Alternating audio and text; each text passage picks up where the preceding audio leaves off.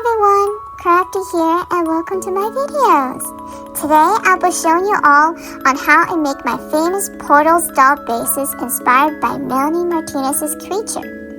What I normally use for the doll bases are a Bella Canvas t-shirt that you can get from Michaels. I like to get a 3XL size so I can be able to make 4 to 5 doll bases out of one shirt. I cut each individual doll piece at a time, starting with the head and neck from the sleeves and using the bottom part of the shirt to create the ears, arms, legs, and body. If you like to speed up on cutting, you can fold 2 to 4 fabric pieces together to make 1 to 2 evenly pieces at a time.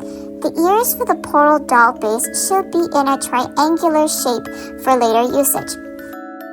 Once you have all of your pieces cut out, we can sew the pieces individually either by hand stitch or using a sewing machine. If you don't have a sewing machine, that's completely fine. You can use a needle and white thread to sew the pieces at a time.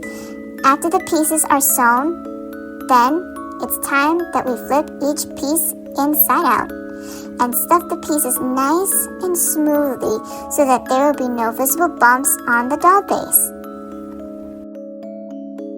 After stuffing each piece, then it is time to sew everything together. To properly sew the pieces into one, I double thread my needle to secure the doll pieces together because the more the thread, the more steady a piece will be sewn in place. I start by first closing the head, then sewing in the triangular ears per side of the head, and finally sewing down each part of the ear to make a little curve to create the same shape as Melanie Martinez's creature's ears.